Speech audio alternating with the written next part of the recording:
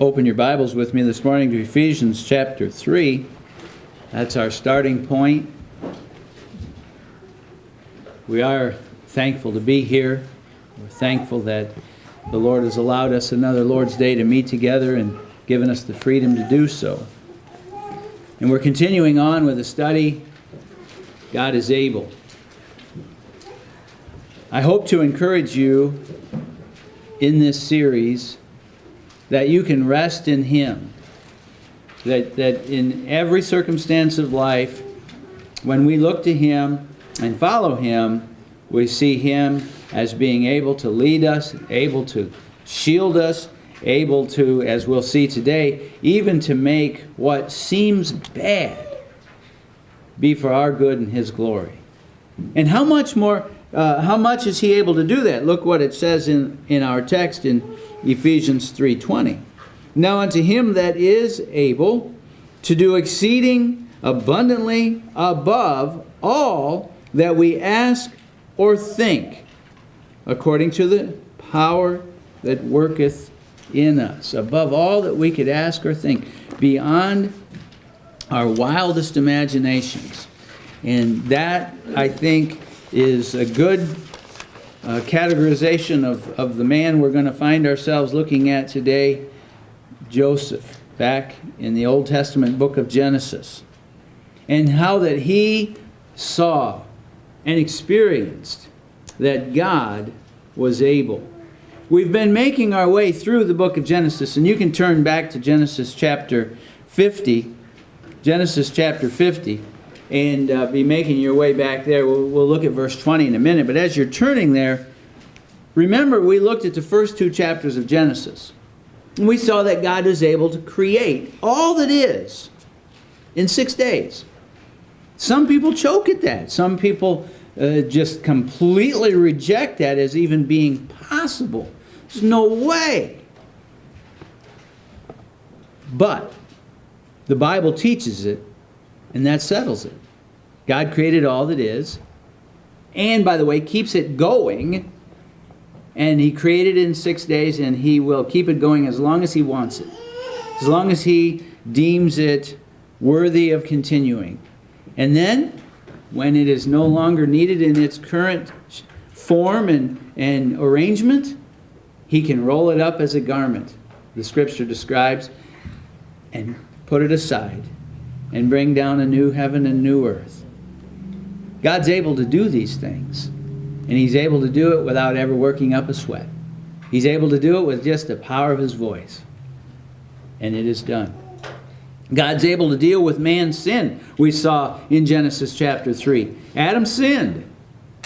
And as the federal head, in him we sinned. And God is able to deal with that. God promised a Savior. God promised in Genesis 3:15 one who would come and conquer Satan.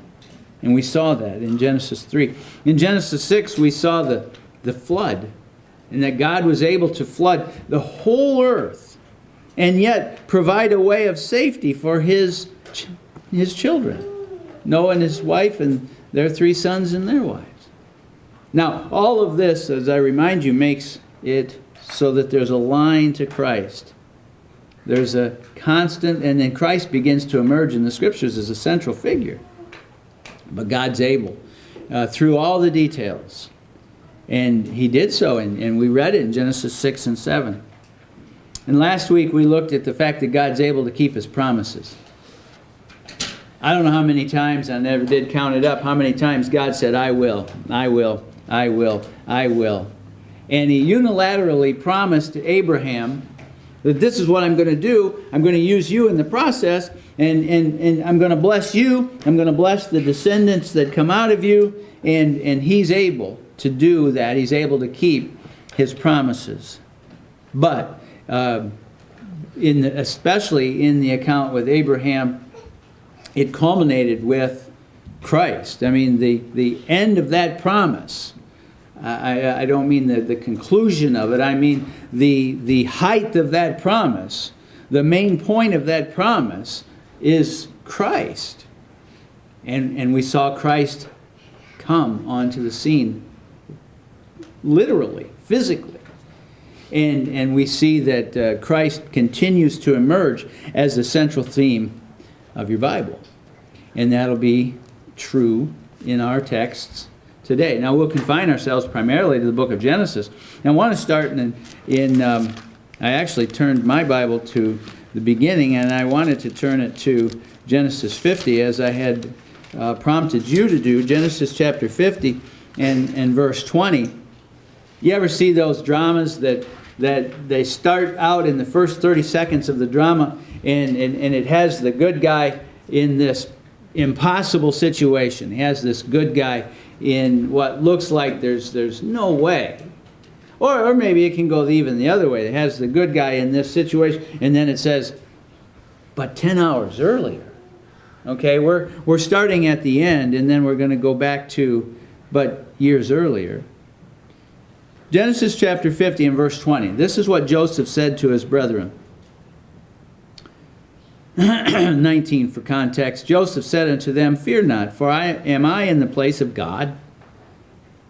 Am I the one, the author of all these things? Am I the one, the judge of all these things? Joseph tells his brethren, fear not. But as for you, you thought evil against me. No two ways about it. Not mincing any words. Y'all tried to kill me, or thought about it. You thought evil against me.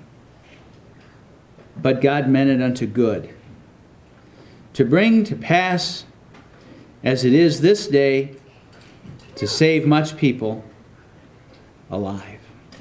And again, a part of that is making a path through genealogy to genealogy, lineage to Christ. And that goes through the tribes and it goes through Judah, Abraham, Isaac, Jacob. It makes his way through to Christ. And that means this, at the time, as a large family, had to be preserved. And Jesus did just that, used Joseph to do it. And God, we'll see through this text, is able. Now back up to the 10 hours earlier. Back up to the several years earlier, starting in chapter 37. Chapter 37, we'll see the context that brings us to the point where Joseph says to his brethren, fear not. Don't be afraid of my ability to retaliate against you. I have it, but I'm not going to use it. Because God was in all of this, and I see that.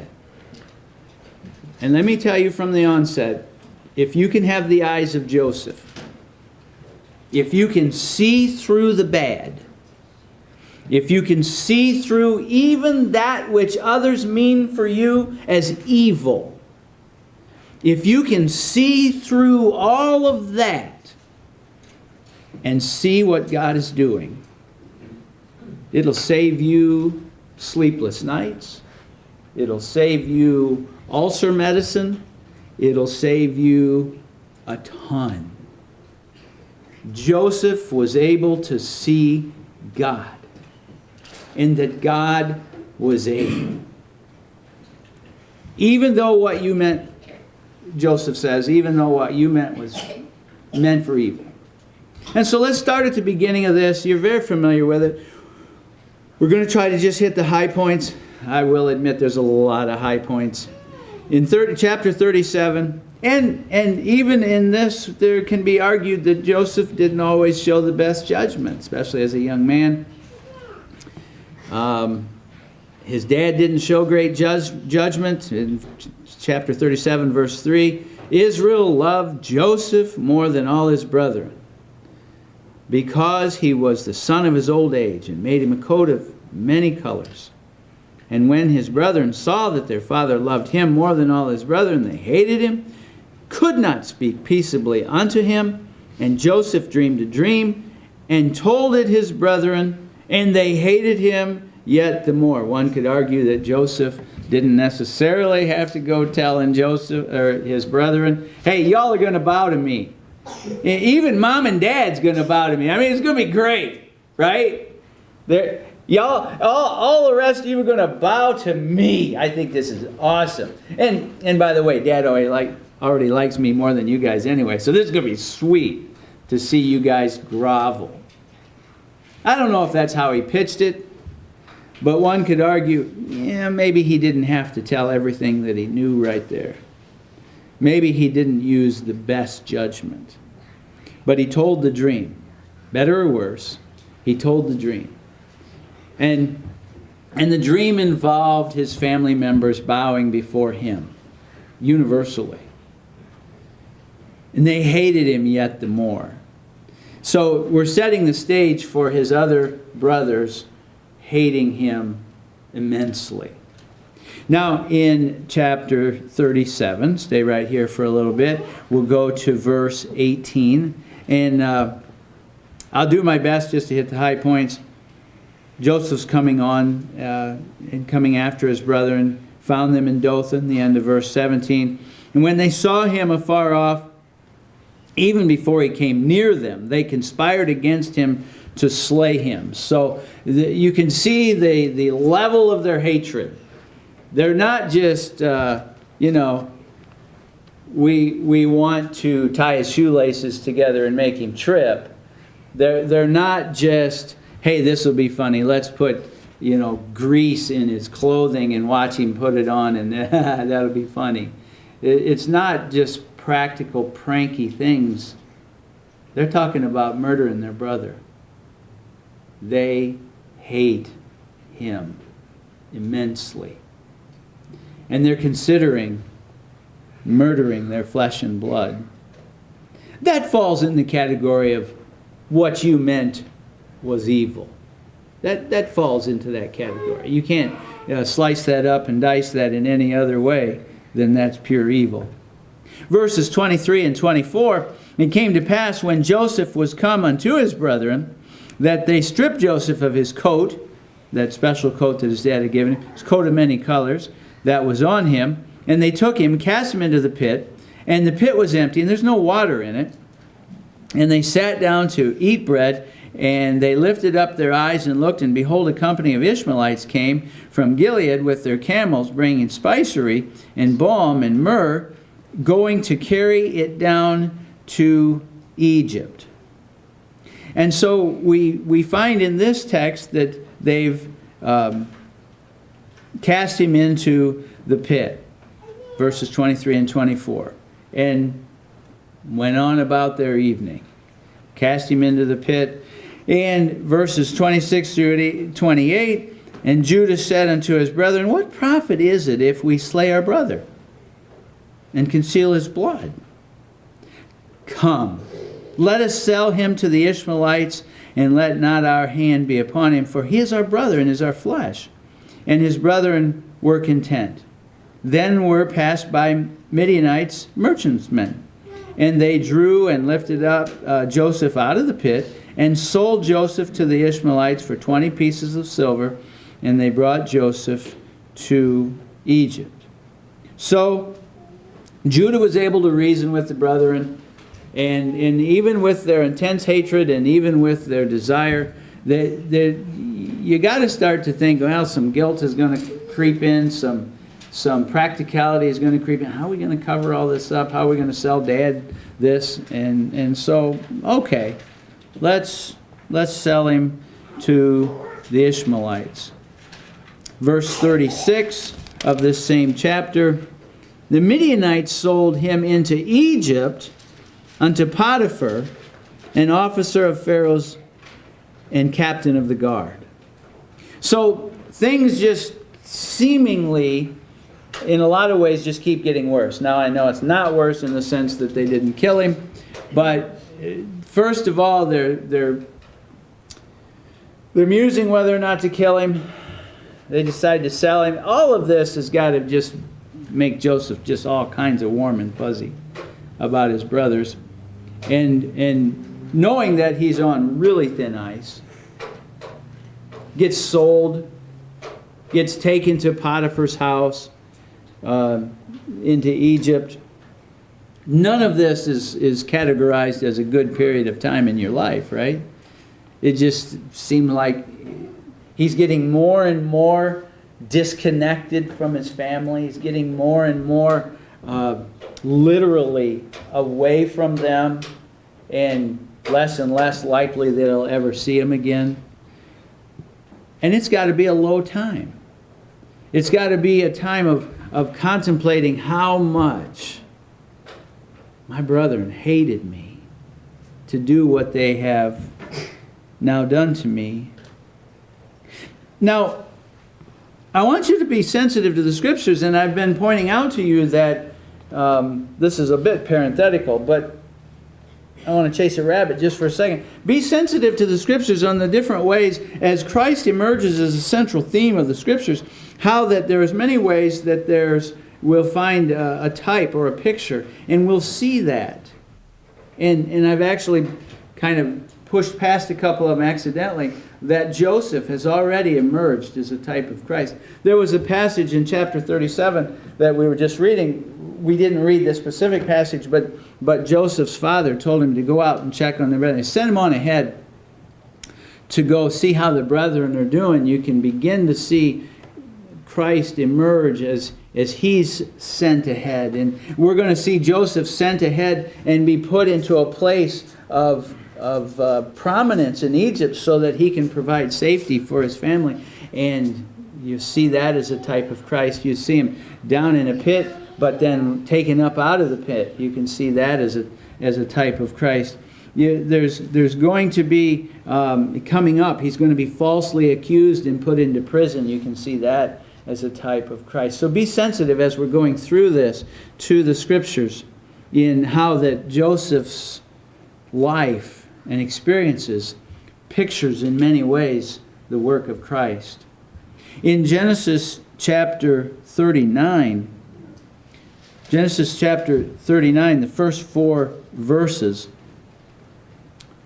and Joseph was brought down to Egypt, and Potiphar, an officer of Pharaoh, captain of the guard, an Egyptian, bought him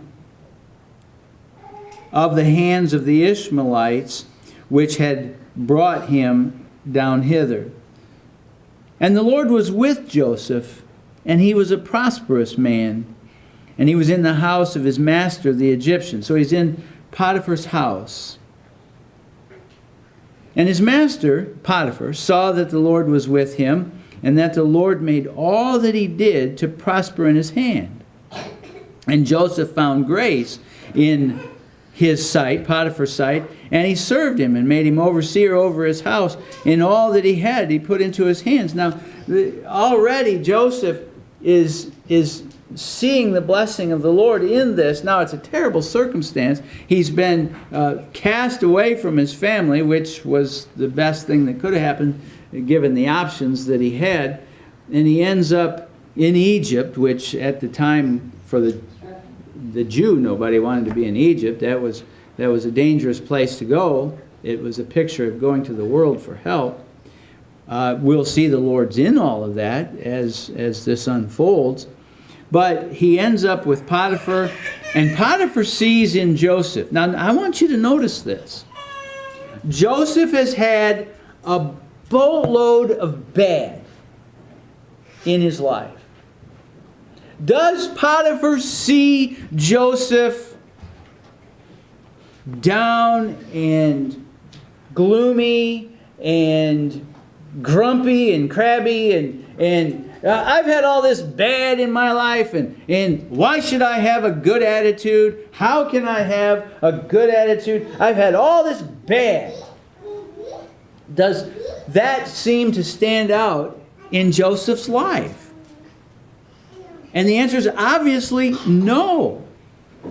What Potiphar saw in Joseph was that the Lord was with him. Now, how does Joseph demonstrate that? He shows a peace. He shows a calm. He shows a trustworthiness. He shows a good attitude. He shows Potiphar with his actions, with his testimony, with his behavior, that he's following the Lord. He's trusting the Lord. And what stands out to Potiphar is not the bad circumstances that got him to this place. What stands out to Potiphar, and this is what ought to stand out in our lives, what ought to stand out in our lives to other people, the Lord was with him. The circumstances could be terrible. The circumstances may be horrible. There may have been those that were trying to do evil against me. But may we have the grace to show forth the Lord was with us. And that's what Potiphar saw here in chapter 39. Verses 7 through 13. And it came to pass after these things that his master's wife cast her eyes upon Joseph, and she said, "Lie with me." But he refused, and said unto his master's wife, "Behold, thy master wotteth not what is with me in the house, and he hath committed all that he hath into my hand. There's none greater in the house than I, neither hath he kept back anything from me but thee." Because thou art his wife. "How then can I do this great wickedness and sin against God?" How can I sin against God? I'm serving the living God. How can I do this? And it came to pass as she spake to Joseph day by day. These advances were over and over. He hearkened not unto her, to lie by her or to be with her. And it came to pass about this time that Joseph went to the house to do his business, and that there was none of the men of the house there within. And she caught him by his garment, saying, "Lie with me." And he left his garment in his hand, and he fled, and he got him out. And it came to pass when he saw that he had left his garment in her hand, and it came to pass when he saw that he had left his garment in her hand, he was fled forth. That she called unto the men of her house, and spake unto them, saying, "See, he hath brought," speaking of Potiphar, "he hath brought this Hebrew into us to mock us. He came to me to lie with me, and I cried with a loud voice." So she twists the story, lies about Joseph. Oh, by the way, another type of Christ, where he's lied about. The story is twisted to make people believe things that aren't true, but he's falsely accused. Come down to verse 20. Joseph's master took him, put him in the prison, a place where the king's prisoners were bound, and he was there in the prison. But the Lord was with Joseph, and showed him mercy, and gave him favor in the sight of the keeper of the prison. And the keeper of the prison committed to Joseph's hand all the prisoners that were in the prison. And whatsoever they did there, he was the doer of it. And the keeper of the prison looked not to anything that was under his hand, because the Lord was with him, that which he did, the Lord made it to prosper. Do you see a pattern emerging in Joseph's life? He's in one impossible circumstance, down in the pit at the hands of his brethren. He ends up heading to what looks like and could be another impossible circumstance in Egypt, in Potiphar's house, but the Lord's with him. But then you have this other impossible circumstance where the lady of the house is making advances towards him, making false accusations against him, and he ends up in jail. How could it get... Okay, now it's you qualify, and it's understandable. Now I officially have a bad attitude. Now I officially think the world is against me, and it would be right, just, proper, and good if I just sit over here in the corner and suck my thumb and sulk and let everybody know I don't like it. That's not what Joseph did. Joseph, by the grace of God, was able to see the hand of God. Was able to see. The Lord was with him. And the prisoner guard, the keeper of the prison, he saw that in Joseph. What a challenge this is to me. What a challenge this can be to us. that even in these what seem like impossible circumstances that enter into our lives, that our testimonies would still be, God's with me. And that those around see it. And the guards saw it. The keeper of the prison saw that Joseph was blessed of the Lord. So, hey, I'll put you in charge. I'll make you the one in charge of the inmates. Now, none of this still is in the category of, this is good times for Joseph, right? He's in jail. None of this is in the category of, wow, I can see the obvious blessings upon Joseph and how he's prospered. No, he's still in jail. And he is blessed of God. There's no doubt about that. But none of this is what Joseph had planned. None of this is how Joseph thought his life would be turning out. He's in jail, falsely accused. And that's only marginally better than dead, murdered by the hands of my brethren. None of this is going according to what anybody would have thought in their lives. Well, he's in jail now for a while. In chapter 40, we're introduced to two people, the butler and the baker. So you have your central figure, Joseph, and you have the butler and the baker. Yeah, another type of Christ. You have Christ, the central figure, and you have the one on the one side of him and the other on the other side of him at the cross. The types just continue to flow if you're sensitive to the scriptures to see it. But the butler and the baker are in jail. Now, they've both had their problems with Pharaoh, right? Now, if you read all of chapter 40, you'd find out that the butler is going to be restored into his position of serving the king. The baker is going to be hanged. He's not going to be restored. But he's in prison, and they've had their dreams, both of them.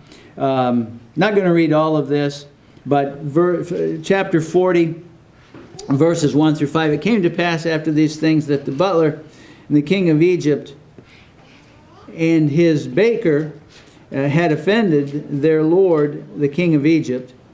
And Pharaoh was wroth against the two of his officers, against the chief of the butlers and against the chief of the bakers. And he put them in ward in the house of the captain of the guard into the prison, the place where Joseph was bound. And the captain of the guard charged Joseph with them. And he served them, and they continued in a season in ward. And they dreamed a dream, both of them, each man his dream in one night. Each man according to the interpretation of his dream, the butler and the baker of the king of Egypt, which were bound in the prison. Now you go ahead and read this, and you find that both of them had a dream, and they wanted to know what the dream meant.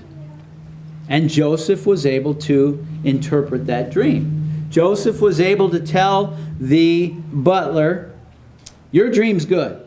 You're going to be restored. And he had to tell the baker, your dream's bad. You're going to die. But Joseph was able to tell both of them their dreams. And he tells them their dreams. Now, one of the conditions that he tells them, if the dream comes to pass and you get out of here, remember me, hey, the dude that told you you're getting out of here. He didn't. He forgot. For whatever reason, the baker got dead, but the butler could have told, and he didn't. And Joseph is stuck in the prison another couple years. And this again falls into the category, or could fall into the category of, why me? Why can't anything good happen to me? And it's just continuing. It would seem like continuing to spiral worse and worse. I'm stuck in this prison forever. I never touched her, but here I am because of her. But I could have gotten killed by my brethren, so I'll take my blessings. Well, in chapter 41, now Pharaoh dreams 2 dreams. You remember these dreams. We're not going to read all of chapter 41, but Pharaoh dreams 2 dreams. The one, there's 7 fat cows. There's 7 skinny cows. And the, how's that go? Let me get the cows right. 7 skinny cows, and the 7 fat cows come along, and the skinny cows eat all the fat ones. And the skinny cows are still skinny. And there's 7 years of corn, and 7 are great and 7 are bad, and the same kind of outcome. And Joseph has to say to the king, the dreams are one. The dreams mean the same thing. There's going to be 7 years of plenty. And in those 7 years, you need to be gathering. You need to be storing, because then there's going to be 7 years of famine, and it's going to completely wipe out the 7 years of plenty. And so Pharaoh dreams the dream, and the baker comes along, and the butler comes along and says, you know what? There was this guy in prison that told me my dream. We ought to get him. Why didn't I think of this years ago? So he dreams the dreams, 14 through 16. And Pharaoh sent and called Joseph, and they brought him hastily out of the dungeon. And he shaved himself and changed his raiment and came in unto Pharaoh. And Pharaoh said unto Joseph, I have dreamed a dream, and there was none that can interpret it. And I have heard say of thee, thou canst understand a dream to interpret it. And Joseph answered Pharaoh, saying, it is not me. God shall give Pharaoh an answer. And so you have then them reiterate the dream, whichever direction the cows were. I may have gotten it backwards. But Pharaoh reiterates the dream to Joseph. Joseph interprets the dream, tells him what's going to take place. And in chapter 41, look at verses 25 through 32. And Joseph said unto Pharaoh, the dream of Pharaoh is one. Both dreams mean the same thing. It's one. God hath showed Pharaoh what he's about to do. The 7 good kine are 7 years. The 7 good ears are 7 years. The dream is one. The 7 thin and ill-favored kine that came up after the 7 years, and the 7 empty ears blasted with the east wind, shall be 7 years of famine. This is a thing which I have spoken unto Pharaoh. What God is about to do, he showeth unto Pharaoh. Behold, there come 7 years of great plenty throughout all the land of Egypt. And there shall arise after them 7 years of famine. And all the plenty shall be forgotten in the land of Egypt. And the famine shall consume the land. And the plenty shall not be known in the land by reason of the famine following it. For it shall be very grievous. And for that dream, and for that the dream was doubled unto Pharaoh twice, because the thing is established by God, and God will shortly bring it to pass. There's God's confirming it. He's saying it again in another way, and he's letting you know it's coming soon. Now Joseph is in a place, through a whole lot of bad circumstances, Joseph finds himself in a place to be able to stand in front of the king. He's in a place where he's able to be used of the Lord to help this king. And so he's glad to do that. Look at verses 41 through 46. And Pharaoh said unto Joseph, see, I have set thee over the land of Egypt. And we skipped some verses in here where Joseph is telling the king to prepare and so on. And he says, See, I have set thee over all the land of Egypt. And Pharaoh took off his ring from his hand and put it upon Joseph's hand and arrayed him in the vestures of fine linen and put a gold chain about his neck and made him to ride in the second chariot which he had. And they cried before him, Bow the knee, and made him ruler over all the land of Egypt. And Pharaoh said unto Joseph, I am Pharaoh, and without thee shall no man lift up his hand or foot in all the land of Egypt. You're going to be top dog. There's verse 40, Thou shalt be over my house, and according to my word shall all my people be ruled. Only in the throne will I be greater than you. The Pharaoh saw how that Joseph had demonstrated great wisdom. Pharaoh could see that the hand of God was with Joseph. Pharaoh said, you know what? Joseph had originally told Pharaoh, you find somebody wise and put him over this and start the process now. Start gathering now. And Pharaoh says, yeah, that's a great idea. You're going to be in charge. That's a great idea. I'm going to put you over that. And Joseph was made, no, look at verse 46. And Joseph was 30 years old when he stood before the king of Egypt. And Joseph went out from the presence of Pharaoh and went throughout the land of Egypt. I love that. Jesus entered a public ministry at the age of 30 as well. Just another little nugget that Joseph shows himself as a type of Christ. So, you know how this unfolds. There's so many hard things in Joseph's life. He's still very, very distantly, far removed from his family. Probably has long given up any hope of seeing his family. And, you know, why would he? He wouldn't necessarily be longing for that, knowing the hatred that they had for him. But he's made a life by the grace of God. He's been blessed of God. He's now second in charge in Egypt. He's in charge of all the day-to-day operations. The only one higher than him is the actual king of Egypt.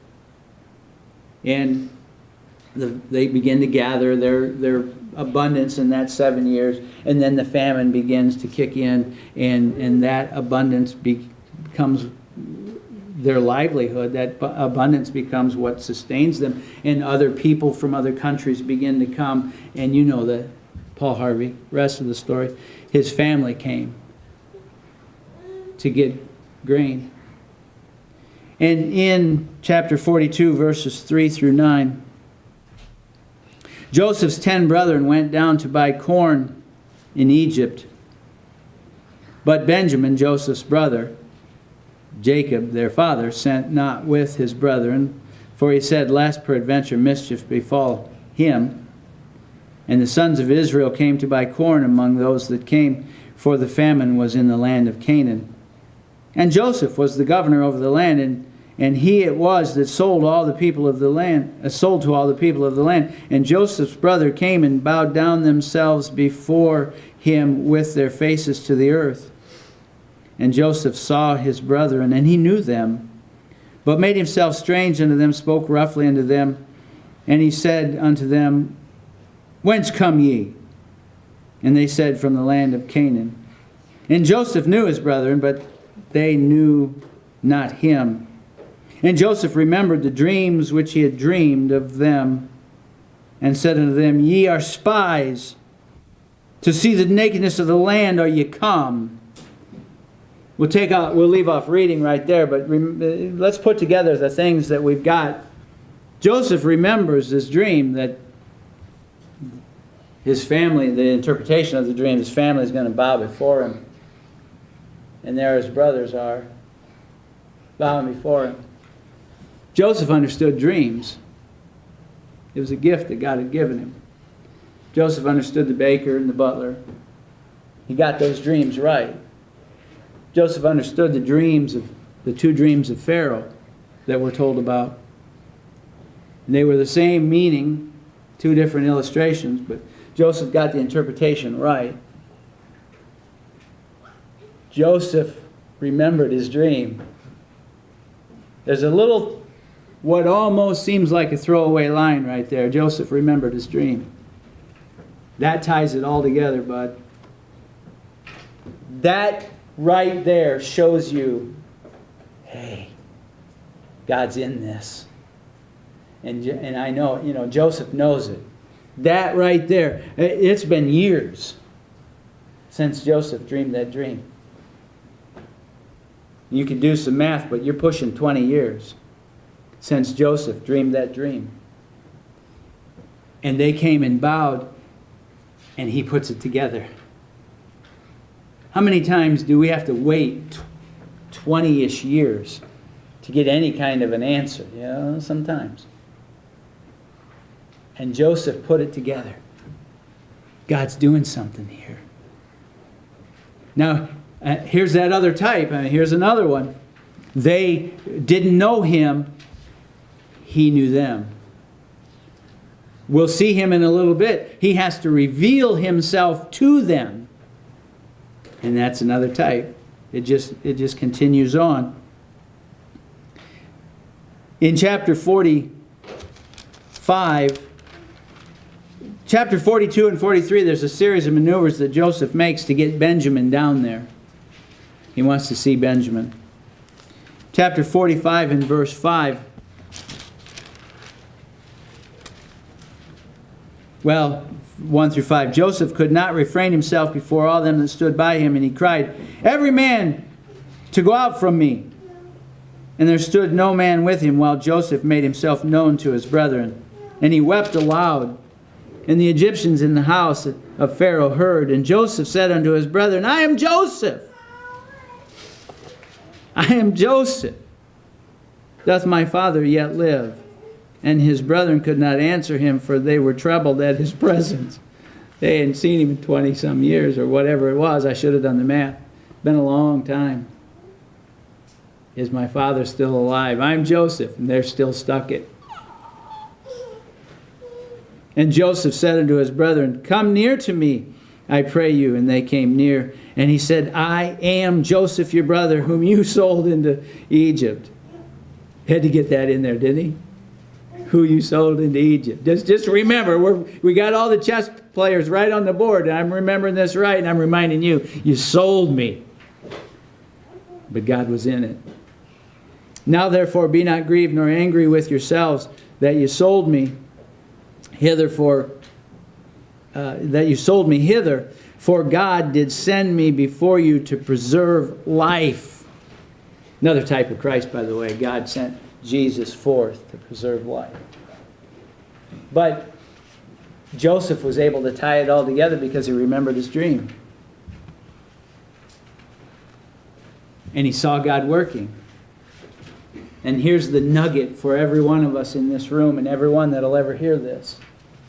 If you can see God working, if you, through the eye of faith, can see God working, whatever the circumstances are, you can rest calmly and peacefully in Him. But you have to look. You have to look. And you may have to be patient, because it may take a while before you see it. Joseph saw it. How many nights did Joseph wonder, what did that dream mean? I will likely never see them again, as he pines away in the prison. I'll likely never see them again. Wonder what that dream meant. I thought I knew it. I went out and told him what it meant, which got me in more trouble. And then it happened. And then he connected the dots and he saw it. And then in chapters 46 and 47, the whole family comes to Egypt. Welcome guests in Egypt. Set up a corner of the land over there in Goshen, just for the family of Joseph, the man that saved us. Welcome guests, Joseph and his family. And he's able to say to them in Genesis chapter 50, starting in verse 15. And when Joseph's brethren saw that their father was dead, they said, Joseph will peradventure hate us, and will certainly requite us all the evil which we did unto him. And they sent a messenger unto Joseph, saying, Thy father did command before he died, saying, So shall you say unto Joseph, Forgive, I pray thee, now the trespass of thy brethren for their sin. For they did unto thee evil. And now we pray thee, forgive the trespass of the servants of the God of thy father. And Joseph wept when they spake unto him. Send a message to Joseph. Tell him Dad said, forgive us. And Joseph wept at this. Verse 18, and his brethren also went and fell down before his face. And they said, Behold, we be thy servants. And Joseph said unto them, Fear not, for am I in the place of God? God orchestrated all of this, not me, not you. God will be the judge of you and me, not us. God will requite when he deems it appropriate to requite. It's not my job, not my authority. What you meant against me, yeah, it was evil. God meant it for good, to save much people alive. What a blessing to be able to see through the circumstances. What a blessing to be able to hang on for decades, waiting for an answer. What a blessing to be able to set your eyes so resolute on God and the fact that He's able to work through all of these details, that He never gave up. He never got sour. That doesn't say that it's easy. That doesn't say that there isn't sadness. That doesn't say that we don't feel the hurt. I'm not saying any of those things, but I'm saying his eyes were resolutely set on God. And it made all the difference in the world because everybody in his orb saw that. Everybody in his sphere of influence saw the hand of God is upon this dude. The hand of God is with him. And if the hand of God's with him, I want him close to me, and I want him on my side. And he had a good testimony, because he saw that God was able to take all the circumstances and even that which was evil thought and turn it for good. You have Psalm 76 and verse 10. Psalm 76 and verse 10 that says this: Surely the wrath of man shall praise thee. The remainder of wrath shalt thou restrain. Even in man's wrath, God has the ability to work that out for our good and His glory and His praise. And what won't? What isn't possible to be worked out for our good and His glory and His praise, He restrains. He doesn't allow it. Surely, only is the thought of the word, the wrath of man only result in one thing. Even the wrath of man. Even the wicked that man intends to do. Oh, you mean like this? Acts chapter 2 and verse 20. Acts chapter 2. Here's the height of evil men getting their way and having God to use it in a way that brings honor to Him. Talking about Jesus in verse 22, he says in verse 23, him being delivered by the determinate counsel and foreknowledge of God. This is all the plan of God. His determinate counsel and foreknowledge. This was his plan before the foundation of the world. You have taken and by wicked hands have crucified and slain. What evil men thought to do. What religiously wicked men thought to do. And the scribes and the Pharisees, religious but wicked. What they thought to do is murder Christ. And you with wicked hands have crucified and slain the Son of God. But it will work out to His praise and His glory and our good, because God's able. You worked out the predetermined plan of God, that He needed to go to that cross, and that was why He came to this earth. Can you, with God's grace and by God's grace, see that God is able to work out what Romans 8:28 says? All things work together for good to them that love God. All things. Not some things, not most things. All things work together for good. I'm not saying they're all easy. I'm not saying they're all fun. Ask Joseph. Ask anybody in this room. They're not all easy and they're not all fun. But all things for the child of God do work out for your good and God's glory. And if we can see that, if we can see that God is so big and so awesome and so amazing and so able to work even this, we use Joseph's illustration, even through all of that wrong that he was the recipient of. My circumstances are easy compared to Joseph's circumstances.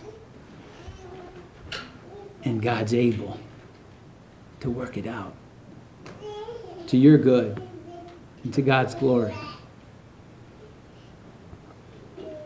And to the lost that may still be here and have never trusted Christ, we just pray that you'd see that God is able to save. That God is able to take you and rescue you from your sin. He is able.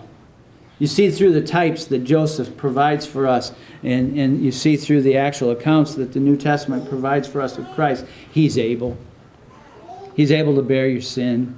He's able to take that and pay for it in completeness. He's able to lay down His life. He's able to take it back again. He's able to make a sacrifice to the Father that is satisfactory and satisfies the justice of God. And I pray that today everybody in this room sees Jesus as able. Able to save and able to work out all the circumstances in your life for your good and His glory. Trust Him today. He's able to keep you. Let's stand.